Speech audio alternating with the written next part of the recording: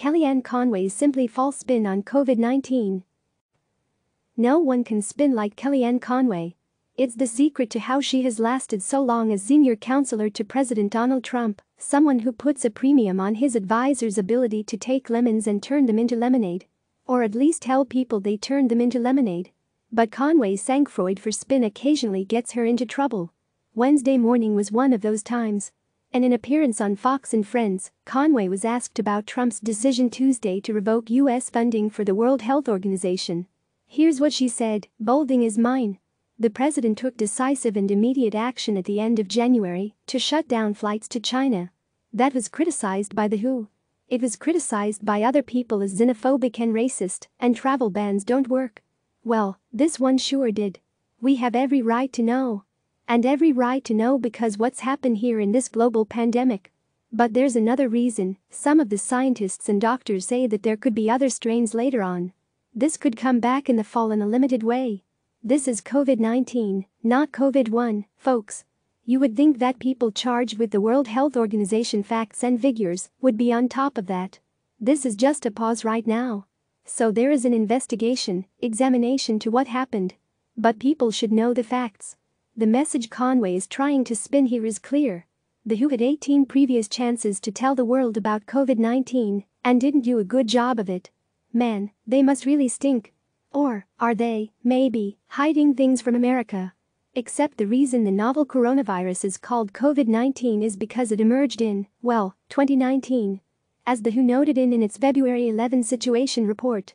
Following WHO best practices for naming of new human infectious diseases, which were developed in consultation and collaboration with the World Organization for Animal Health, OIE, and the Food and Agriculture Organization of the United Nations, FAO, WHO has named the disease COVID-19, short for coronavirus disease 2019.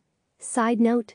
The actual virus that causes COVID-19 is known as severe acute respiratory syndrome coronavirus 2 or SARS-CoV-2.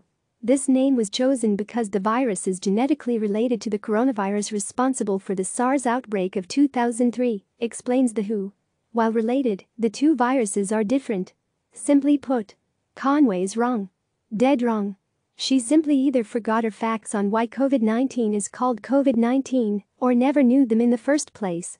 Theoretically, Conway might actually know the facts and chose to purposely misstate them, but that would be impossible to actually prove.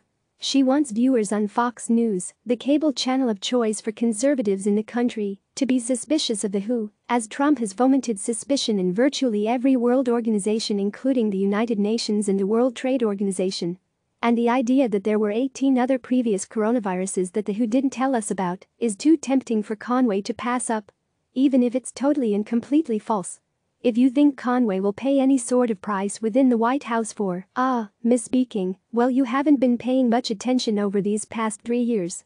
Remember that shortly after Trump was inaugurated, Conway went on Meet the Press and was asked about then White House Press Secretary Sean Spicer's blatant falsehoods about the size of Trump's inauguration crowds.